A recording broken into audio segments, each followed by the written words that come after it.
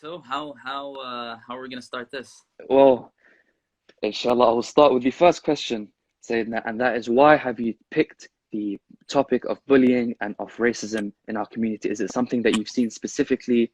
Have you noticed any trends, any patterns, or is it just something that you really wish to talk about? Okay, so yes, in general, the reason why I chose this topic specifically is because I found that we are having these types of issues in the West specifically, but in London, I noticed that some of the brothers tend to, well, I only had, interactions with the brothers, and I found that they have, this tendency sometimes to maybe ridicule each other.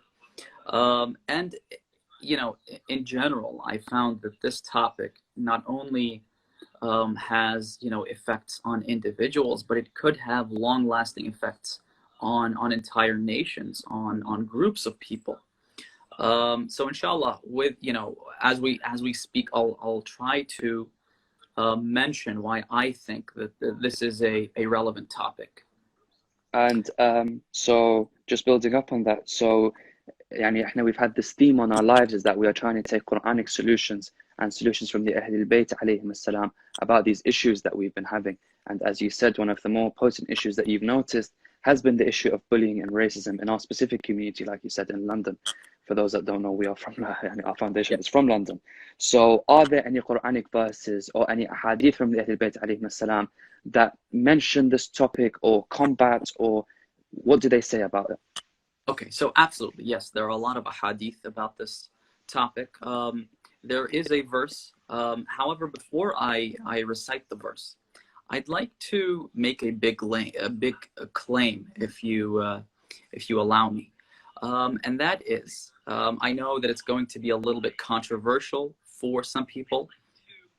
Maybe it's hard to accept, but it's something that I've come to realize, and that is that if we were to implement the teachings of the Quran, the teachings of the Prophet ﷺ, the values and the principles of Allah subhanahu wa ta'ala, then we would be able to resolve a lot, if not all, of our social problems. Now, I know that for someone who's probably listening into this program, they're going to find this a little bit hard to believe. And for that, I'd like you to keep this in mind, that I grew up in the West. I spent my adolescent years in the West, in Western high schools. I didn't grow up, or I didn't have a very strict Hausa-oriented environment that I grew up in. These are things that I've come to realize with time, and so I'm not someone who is who doesn't know what sort of environment I'm talking to. I understand where you're coming from, but I still say that if we were to implement these teachings, we wouldn't have a lot of our problems today. And for that, I would use examples from the lives of the Prophet ﷺ and Imam Ali alayhi salam. And this is a claim that is backed by the Quran. Allah subhanahu wa ta'ala says in one verse, He says, وَلَوْ أَنَّ أَهْلَ الْقُرَىٰ آمَنُوا وَاتَّقَوْا. If the people, if the villagers, and if you remember, we were speaking in the last session about how God always addresses the non-believers as villagers. And Allah subhanahu wa ta'ala says, وَلَوْ أَنَّ أَهْلَ الْقُرَىٰ آمَنُوا وَاتَّقَوْا. If the villagers were to believe and to be pious, ولو أن أهل القرى آمنوا واتقوا لفتحنا عليهم بركات من السماء والأرض. We would open the gates of our blessings and our mercy from the heavens and the earth onto them. In another verse, Allah subhanahu wa ta'ala says to the Israelites, He says, ولو, let me just look up the verse. ولو أنهم أقاموا التوراة والإنجيل وما أنزل إليهم من ربهم لأكلوا من فوقهم ومن تحت أرجلهم. Allah subhanahu wa ta'ala says that if the Jews and the Christians were to uphold the teachings and what we have revealed to them in the in the Bible and in the Torah, then there would be so much abundance in blessings that they would be able to eat from their heads and from under their feet. In other words, trying to say that there will be a lot of blessings. Oh. They wouldn't have a shortage in blessings. And so this is where it comes all down to. Whenever we're having a social issue, the first source that we need to refer back to are the Prophet and the Quran to see whether or not there is a solution for this problem. And when it comes to this problem that I think this social issue that we're having, then the Quran has a really good solution that addresses the roots of the problem. And the verse that I wanted to quote is this. أعوذ بالله من الشيطان الرجيم بسم الله الرحمن الرحيم يا أيها الذين آمنوا in Surah Al-Hujurat. By the way, for those people who are listening, Surah Hujurat is a beautiful chapter in the Quran. One scholar would say that our ethical teachings, that the ethical teachings of the Quran is a lot more focused in chapter of Hujurat.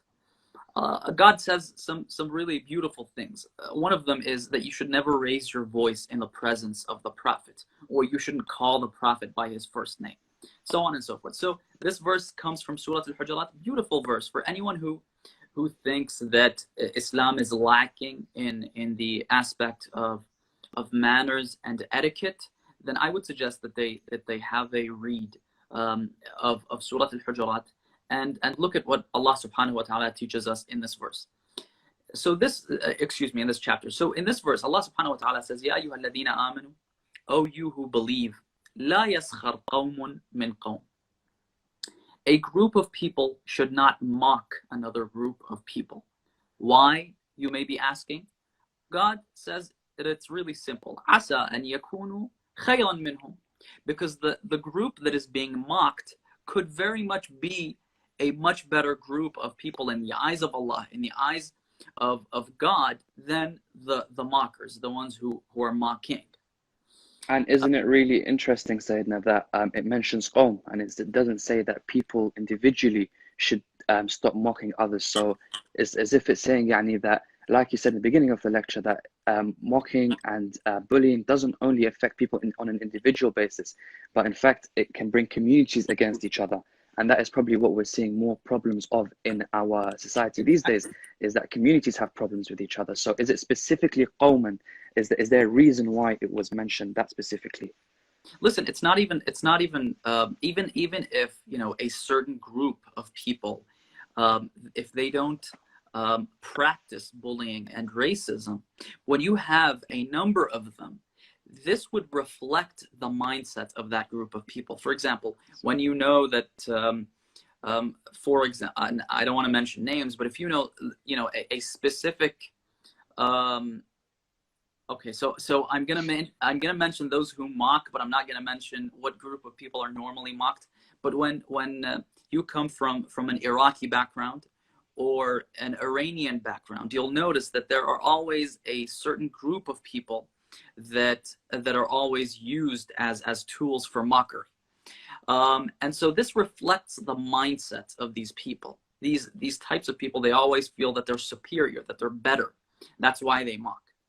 And so this shows the root of the problem.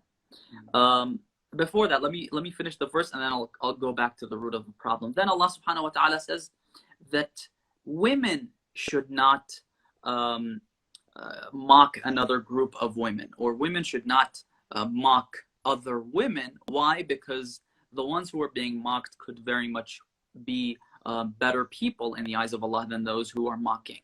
Now, one may ask, why, as we mentioned, God in the first part of the verse, he says that a group of people should not mock another group of people. Why does he differentiate between the women at the end? Why does he mention the women specifically? There are two opinions here. One is that when Allah subhanahu wa ta'ala says qawm, ya ayyuha alladhina amanu la yaskhar qawmun min qawm, the qawm means those who do the important things in the house, which are normally men. This could be the case. Another opinion says that because women are more socially active than men. You're a man, you understand this. Men could spend an entire night at someone's house, and they wouldn't even talk to each other. They'd sit on their phones or the PlayStation or Xbox or whatever it may be.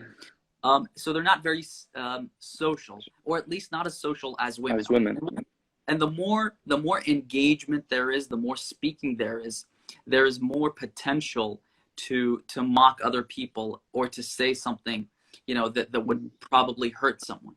And so that could be another. Now, I'm not being misogynistic. I'm mentioning the reason why women could be specified in this verse, because obviously they're more social. And being social in itself isn't a bad quality, but obviously it opens the doors to other potential problems. And then Allah subhanahu wa ta'ala says, Asa an yakunna khayran minhun. Here is where God introduces the root of the problem, and that is that normally people are bullied, or the bullies use these tactics because they feel like they're more superior, either because of wealth, and this is something that we see all around us. People who are rich feel like they're much better people than those who are poor, or because of some sort of race, that they're white, that they're better than, because they're white, they're better than people who come from a different race, because they speak a certain language, because they don't have disabilities, or any other thing that could be used to feel superior to other people. And here's where it all makes sense to us. Now, I know that when I picked this topic, I knew that it wasn't going to be as interesting as the topic on wealth. It lacks the sci-fi elements, but it's something that is important, and it affects us. Maybe when I'm speaking to you or someone else who's listening, they won't feel like they won't feel like this is relevant to them because they have passed the age of 16, which is the most common age to be bullied in. But once you get to understand the repercussions and the consequences of bullying, you start to appreciate the relevance of this topic. So even if you pass the age of bullying, keep in mind that you're going to have children, or that this is an underlying problem in the mindset of a lot of people. And would you say that these problems have long-term effects as well as short-term effects, because you're saying it's got long-term repercussions? Absolutely. Yeah. In fact, in my opinion, a lot of terrorist acts are because of this feeling of superiority, because he feels like he has reached the truth, that he should get rid of those. Whereas when we look at the hadith, there's a beautiful hadith in which the Imam says that even when it comes to believers, if you're a good mu'min, if you're a good believer, you should never mock another person, because it's one of two things. Either that person who you're mocking is better than you, then obviously you should mock someone who's better than you. Or B, that person is not as good as you are, but how would you know? Maybe in the at the end of this journey, that person will become a good person, and you will become astray. And so, in other words, you should never feel like you're superior because of what you have, what abilities you have, strength, money, race, whatever it may be. This really doesn't make sense in the eyes of Allah subhanahu wa ta'ala. Because in every scenario, then there could be, so like you said, it doesn't make sense, because even if you think you may be better, you don't really know what people are hiding, so they could be better. And like you said, I think it kind of links to our discussion last time, is that if you are better with your wealth, for example, like you said, that's one of the things that make people feel superior. Sometimes this wealth can be a trap. So Allah subhanahu wa ta'ala is actually looking at you, and he's testing you to see whether you will use your abilities or your wealth to prove that you're superior to someone else. But people don't realize that this is a test from Allah rather than a blessing. Exactly. It makes a lot more sense when you realize that these things that we're using to feel like we're superior, these things could go away. For example, when it comes to wealth, wasn't it Jeff Bezos, the one who founded Amazon? when he split with his wife, she took something like $20 billion of his money. And so and she, what she did eventually made him lose his rank as the richest person in the world. In any case, these things that we lose make us understand that I shouldn't feel like I'm superior just because of my money or my race or my education. And one thing that I think was interesting regarding this verse, according to one commentary on the Quran, by the name of Tafsir Ali ibn Ibrahim al-Qummi, he says in his book that this verse came down with regards to what happened between the wives of the Prophet. So he says that the Prophet ﷺ had a wife whose name was, let me just look up her name, Safiya bint Yahya ibn Akhtab. So her name was Safiya. She came from a Jewish background. And Aisha and Hafsa, they would mock her and always tell her that she was the daughter of a Jew, using her her ancestors as some sort of way to demean her or degrade her. Obviously, it's really quite stupid when you keep in mind that obviously the other wives of the Prophet didn't have a noble birth. They came from Jahiliyyah, where people, a number of men would have intercourse with a single woman, and then they'd play some sort of game to determine who the father was.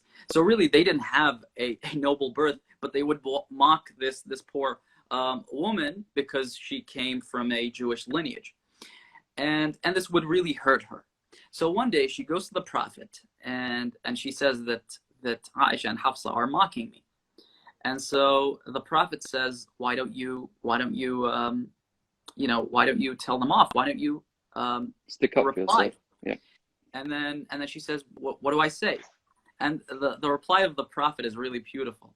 The Prophet says, tell them that my father is Aaron, the prophet of God, Harun, the brother of Prophet Musa, and my uncle is Moses, the one who would speak to God, and my husband is Muhammad, the messenger of God. And so when she went back to them, they immediately noticed. They said, did the Prophet teach you what you just said? Yeah. In any case, this feeling of superiority, whether it's because of race, lineage, birth, money, strength, is really quite stupid, because these aren't the characteristics that are important in the eyes of Allah subhanahu wa ta'ala. Sorry. Can No. you hear me? Yes. I think my internet cuts out or your internet cuts out. I'm not sure. I think I had the internet problem. It's no worries, no worries. So yeah, you're talking about Safiya, the wife of the Prophet. Yes. Anyway, so in any case, there's a hadith that's really quite interesting, and I thought I'd read it to you. Let me just see if I have it here. So it's really important to keep in mind that a mu'min has, and any believer has, a sanctity. And the sanctity of a mu'min is really important in the eyes of God. In fact, one hadith says that the sanctity of a believer is more valuable than the sanctity of the Kaaba. This is what a hadith says. And so making fun or hurting a mu'min is a really, really grave sin. In fact, there's a hadith by Imam Sadiq alayhi salam. He says that each mu'min, each believer, when he is born, he has 40 levels of protection. Now, what these levels of protection are, I'm not sure, but it seems like, from the hadith, it seems like these layers of protection protect this person against being made fun of or mocked in front of other people for things that he may have committed. God always, out of his mercy, he tries to cover up for the believer. So even if someone does something stupid, he commits a sin, you'll notice that Allah subhanahu wa ta'ala doesn't show people that he was someone that committed this sin. It's only when we insist on committing sins that Allah subhanahu wa ta'ala will then Expose. leave, he will give up on his protection. And so in this, it appears like these 40 are regarding, being protected from revealing what our true selves are. In any case, the Imam says that any mu'min has 40 layers of protection. However, he says that if this believer makes fun of or mocks or degrades another mu'min, another believer, these 40 layers will immediately go away, and he will be made fun of in the heavens and in the earth. In any case, these, as I said, this sort of mindset where we use jokes to make fun of other people, especially making fun of people who have things that they can't control. I'm sure you're familiar that a lot of people mock other people because they have a speaking disability, or because they look a little bit funny, or because they sound a little funny. And it's these things that reflect the mindset. And it's, in fact, Allah subhanahu wa ta'ala then says in the verse, he says, وَلَا تَلْمِزُوا أَنفُسَكُمْ. He says, do not, let me look at the accurate translation. He says, and do not insult one another. But he says it in the Arabic language where it means do not insult yourself. In other words, Allah is almost saying that insulting another person will create an environment where there will be no sanctity among people. Everyone is going to make fun of other people. Everyone is going to feel superior to other people as a result of this environment that we have now created with our actions. And on a more realistic note, and that we see in our own communities, is that I'm sure you know that probably one of the biggest branches that stems out of mocking and bullying is racism. And it kind of seeps over. It seems like this mocking and this bullying kind of seeps over into all different aspects of our community. Obviously, I'm a bit too young to speak about it, but in terms of marriage, for example, it's like, okay, I'm still young, but others, I've heard so many stories and I know of so many scenarios in which, for example, a young mu'min will approach a sister, or a sister will approach a brother, in whichever way it is. But unfortunately, because of their background, because of their race, and as we know, so we can just be realistic, as a thing, especially with Iraqi parents, let's say, for example, that if somebody comes with their daughter who is not of Iraqi descent, it's automatically a big no. It's just a no-no. And it's a bit unfortunate to see, because so many people struggle to get married because they can't approach someone of a different race, or you may not find someone that's compatible with you within your own community.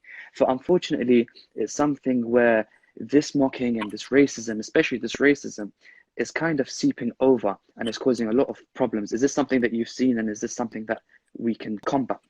Yes, I agree with that 100%. Listen, in on the subject of marriage, I would say it's mustahab, it's recommended that a woman accepts a man who is asking her hand in marriage, and that person is equal to her, both socially, economically, or in any other matter. However, it's not something that is a wajib, and in fact it's something that could have negative effects, as you mentioned.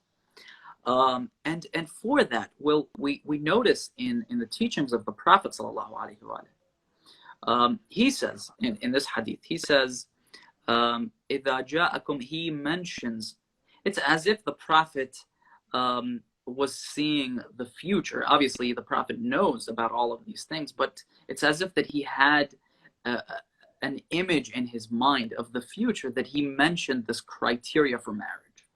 He says, إِذَا جَاءَكُمْ مَنْ تَرْضَوْنَ خُلُقَهُ وَدِينَهُ. If someone approaches you and you accept and you are content with their akhlaq, with their manners, so that is the first criteria. That is really important, that the man has akhlaq, good manners.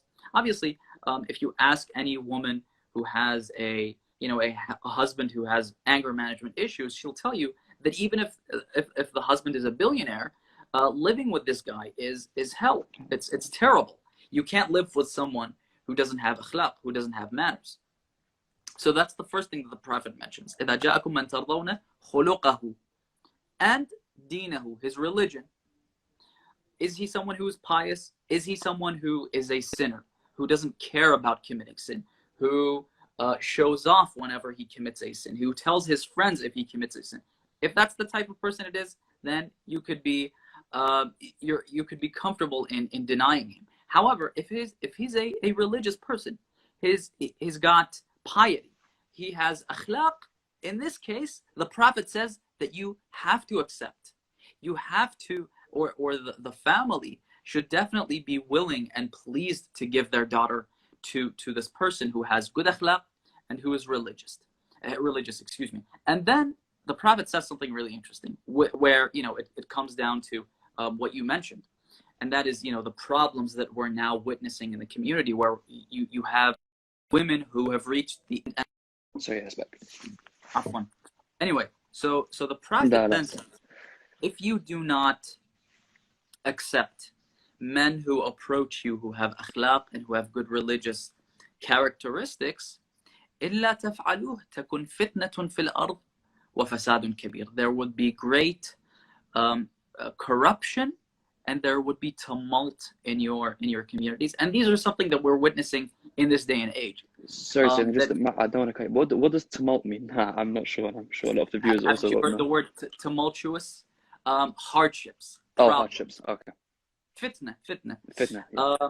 And so this is something that we're witnessing now, because obviously, an Iraqi and I guess people with a higher degree of education tend to have this problem more than other people, where his daughter is a doctor, she's very well educated, and he doesn't want to let his daughter get married to, for example, I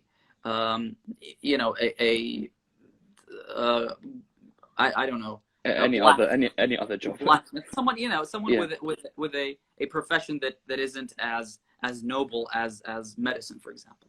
In any case, it really goes back to this mindset that we have, this feeling of superiority, where this person feels like because he's an Iraqi, or even some problem that we're having, and I'm sure that you know of this, that Sayyids, so families that are Sayyids, do not marry their daughters off to non-Sayyids. And it's come to a point where a lot of people think that it's haram for a Sayyid to marry a non-Sayyid, which is absolutely it couldn't be more wrong. Maybe it's mustahab to a degree, but it's definitely not even makruh. In any case, this feeling of superiority is horrible. And when we look at, as you said, when we look at the long-term effects of this, they're catastrophic. It leads to this white person feeling like, because he's a better person, that he has the authority to grab a machine gun and go out on a killing spree and go to a mosque and murder and butcher 150 people. This issue, even though it sounds like it's not really relevant for people who aren't in school, but when you keep in mind that a lot of people, by the way, it was an interesting fact for me, and that is that a lot of bullies are in fact ones who were victims of bullying. So these things, not only do they affect us individually, and they have serious consequences, obviously, but they also have long-term effects on the environment, on people that we're living.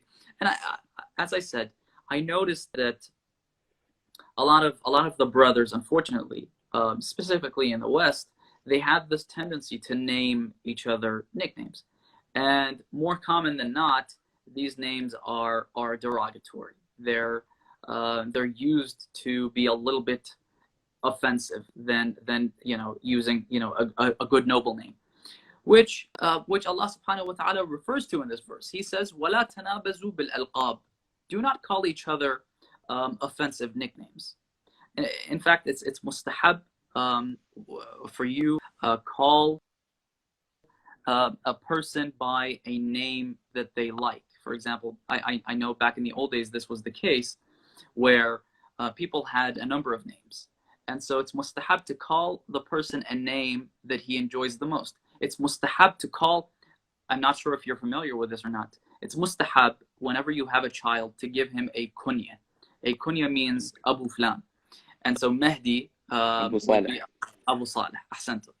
And even, even small babies, when they were born, they would give them a kunya. And this kunya was some sort of, it was a respectful name. Whenever you wanted to respect someone, you would use their kunya. Sorry. لا لا go ahead. But just on this topic specifically of mockery between friends, if we're being very realistic and I'm being very honest with you, I don't think I've ever seen a friend group in my life that don't mock each other. Not mock each other as in you go and you swear your head off at someone, but it's just as a method of friendship. And is this something that we actually need to change? I know it's just, do you see it as a genuine problem? If I'm sat with my friends and I mock someone, which I'm not going to lie, I do. We're none of us are perfect, but if I mock someone lightheartedly or I take a little joke at someone, is this a genuine, real problem? I've seen a lot of people, hatta when we were discussing about this topic specifically, should we talk about this topic? A lot of people were like, we don't really want to hear the fact that, I can't sit with my friend and throw a little joke about him. It just changes how we think completely. So is it actually a deep-rooted problem, or is it just something that we should just look over? Okay, so I think there are two answers. Number one is it only becomes a hurtful mockery when it hurts the other person. If it doesn't hurt the other person, it's like telling them a joke and it doesn't hurt them, they don't care about it. Then, and if there's no offense in it, and there's no, you don't degrade that person, then there's nothing wrong with it. It's like making a joke. It's like, someone that, for example, slaps his friend on his back. If it doesn't hurt them, it's okay. But as long as it stays like that, if it's not offensive, if it's not degrading, if it doesn't hurt the other person, then maybe it's not an issue. However, in a lot of cases, I've noticed that, they call someone who's fat, they call him dubba. And even if at this point in time, this guy who is a little bit overweight isn't hurt by this name, it's something that is offensive. And when you look at, by the way, when you say that, if I don't use this approach with my friend, I won't have that level of friendship with him. That really shows what sort of mindset we're dealing with. It's a terrible mindset where you feel like you're only a friend when you degrade each other and when you swear at each other's moms. That's not really a functional relationship. Friendship, It's horrible. Even if these two people feel like it's a good friendship, it's not. It's pretty dysfunctional. However, when you keep in mind the consequences of bullying, of racism, of mockery, one hadith says, really interesting hadith. He says, the Imam says, whoever makes fun or mocks a believer, he will not die until he commits that same act, that same thing. And so, for example, if you make fun of someone who stutters in their speech, keep in mind that could very well be your future. And when you keep in mind that you could be committing that same, or if you make fun of someone because they because they talk in a certain way or they walk in a certain manner, keep in mind that could be your future if you do that. And one thing that I think is really quite important, the hadith says that God, it's a hadith that doesn't have any relevance to our topic tonight, but one part of it is important. He says, the hadith says that God has hidden certain things among things, and one of those certain things, he has hid his guardian, his vicegerent, his wali, which is the imam, or in general people who are guardians of Allah subhanahu wa ta'ala, those whose du'as never get rejected. God has hidden these people among the general public. Keep in mind that when you are making fun of someone who you just saw at Tesco, or you know, while you're filling your car with petrol, keep in mind that this person could be a guardian of Allah. Why are you making fun of someone who is a guardian of Allah? If you knew that this person, for example, was the imam, say you go to Mashaya, inshallah, we all go this year, Ya Allah. even though it doesn't look like, Ya Allah. but inshallah. Anyway, so if you saw someone in the Mashaya and you thought to yourself that he acted a little bit funny, you made fun of him, keep in mind that that person could be Imam Zaman alayhi salam. And had you known that this was Imam Zaman, you wouldn't want to go on the day of judgment and in your list of actions it says you mocked Imam Zaman. And even if it's not, you've still mocked the Zahir of Abu Abdullah. How grand of a statement is yeah, that? exactly. Yeah. Exactly. Why would you want to mock a pilgrim? And so I guess when we look at the repercussions, when we look at all of these issues, we start to appreciate that things that we commit in this world have sometimes serious consequences.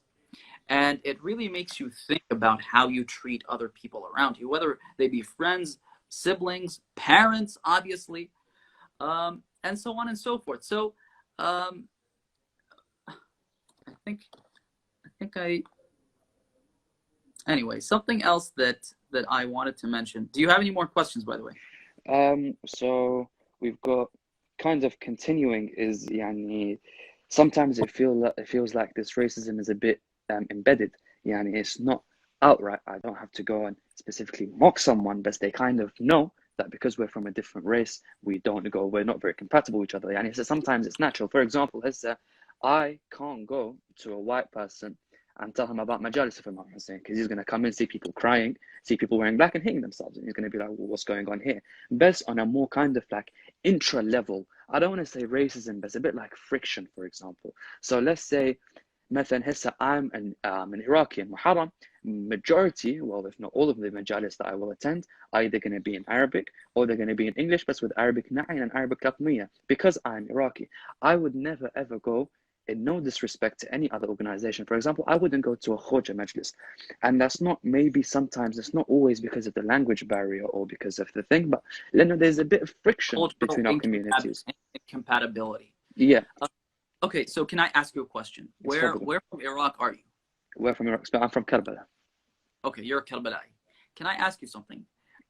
Do you think that if you were to get married to an Iraqi girl who had lived her entire life in Karbala, do you think there would be friction, given that you have lived your whole life in London, and you've had, you know, at least this Western influenced life?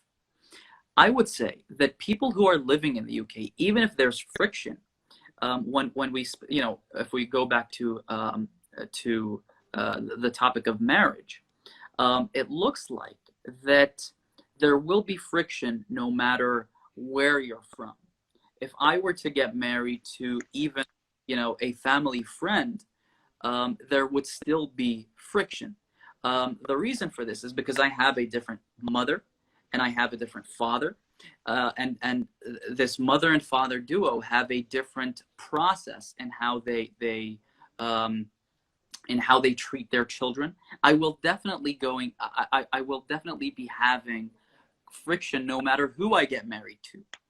But when you keep in mind that you are someone who has lived in the UK, I'm assuming that your first language, or the language that you have a better a better understanding of, is the language of English, isn't it? Yeah. Okay, so you are much closer related to another, for example, Khoja girl who has lived in the UK than you are to some Karbala'i girl. teenage Karbala'i boy, or a Karbala'i girl.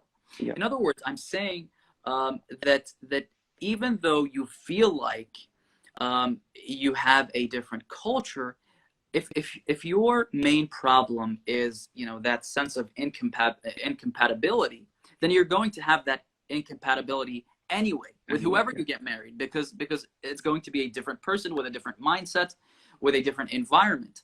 But if it's about the color of your skin, then that should definitely not be a a barrier, because that's not what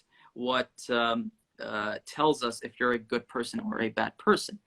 And even in the hadith, it doesn't mention where it says, like you said earlier, that if a person is on your same level of deen and manners, it doesn't say anything about race. There's nothing Exactly. to even touch upon or say anything in relation to the most important thing, to your akhlaq. And I think everyone that's watching and everybody that may watch this in the future can take a lesson from that, is that I think people should just be in general a bit more accepting of everyone else, because the Prophet teaches us, and we are all Muslims at the end of the day, and we follow our Prophet. The Prophet teaches us himself that there is nothing to do with race in terms of how well you should treat someone or how close you should get with someone. And I think it's a very important lesson for us to take. Exactly. And to conclude, it's already been 45 minutes. There's a hadith from the Prophet ﷺ in which he says, "La fadla لعربي على أعجمي." An Arab isn't any better than a non-Arab. What differentiates your level, your level of superiority isn't your race, isn't the amount of money you have, isn't the strength that you have, but rather it's your taqwa, it's your piety. And in the eyes of Allah subhanahu wa ta'ala, in the eyes of the Prophet sallallahu alaihi wasallam, if you're a pious person, then you're a good person. If someone approaches, whether it's an Iraqi girl, Khoja girl, Pakistani girl, Afghani girl, and he has taqwa, then if he is a person who believes in Allah subhanahu wa ta'ala, who believes in the Prophet sallallahu alaihi wasallam, then he should keep in mind that it's these things that matter in the eyes of God, in the eyes of the Prophet, not their faith, and not their the color of their skin, not their education, not the amount of money that they have, and not the culture that they grew up in. It all comes down to these two things: the akhlaq and piety. Which brings me to mention this story, and I'll conclude with this, inshallah. There was a sheikh who was Lebanese, and in general, Lebanese people are very protective of their culture. Yeah. In that they only marry into Lebanese families. They normally do not marry from outside, outside Lebanese culture. But this was a sheikh who had a daughter, and he married his daughter off to someone who was Afghani. And if you know anything about Afghanis and Lebanese people, you'll know that they're very proud. They're very different as well. But it was amazing that he married his daughter off to this Afghani boy. And then when he was asked about this, he said, throughout my years, this is what I've been teaching people. I've been telling people to marry their daughters off to people who are religious and who have a good akhlaq. And when he came up to me, I thought to myself, there is nothing, there's no tool that I can use, no credible tool that I can use to reject this person. He has good akhlaq and he has good belief. And so keep this in mind, inshallah, that you're only a good person if you're a mu'min, if you have good akhlaq, if you have taqwa. And it's nothing to do with the rest. Just before we go, there may be a couple questions. Is that okay? Or do you have, sure. Or do you want to end? Sure. Okay. Sure, but isn't this going to be a little bit too long? Is that okay? It will pick one. I think I was sent a question from before specifically that people wanted to know. So we were asked if you mock a friend in a close friend circle, as the Sayyid said, that it's not detrimental unless they actually take offense to it. So just a quick summary. We don't have time to go into that again, but if you rewatch it. And just one question from earlier that I received was, okay, so this person has said that racism is a problem that cultures and societies across the globe struggle to overcome. And although it seems to make very slow, very subtle improvements, it's still downright inhumane and goes against much of the principles of Islam, which is very correct. My question is, are there any verses in the Quran that provide guidance for an effective method to combat racism? And that is the ayah that you had mentioned earlier. If you could just remind us of the ayah, just so that the viewers can remember and research a bit more. Yeah, I understand that my main audience aren't the elders in the community, but it's you who make the difference. Even if I can't influence the opinions of the elders in the family, at some point, you guys, the 20 people who are watching, are going to get married. Once they get married, they're going to have children. And make sure that you keep this in mind. When you get married, when you have children, if you didn't have that sort of upbringing, make sure that you instill this in the minds and the hearts of your children. Make them understand that it's not your race, it's not your education, it's not the money that you have, but rather it's your religion, it's your humanity, as a lot of people like to say. I guess this, even though it sounds like a slow process, but this is the one that you'll be able to get the most results out of, inshallah. So it's a long-term thing that as long as we teach our children to be more acceptable, then inshallah over time we'll change the world as we see it, and our mindset will all be different, inshallah. Thank you very much, Sayyidina Zahamna. We know you're very tired after these nights, but we're getting towards the end of Shahr Ramadan. Thank you so much for joining us once again. Thank you for this opportunity, and please don't forget me in your du'as, especially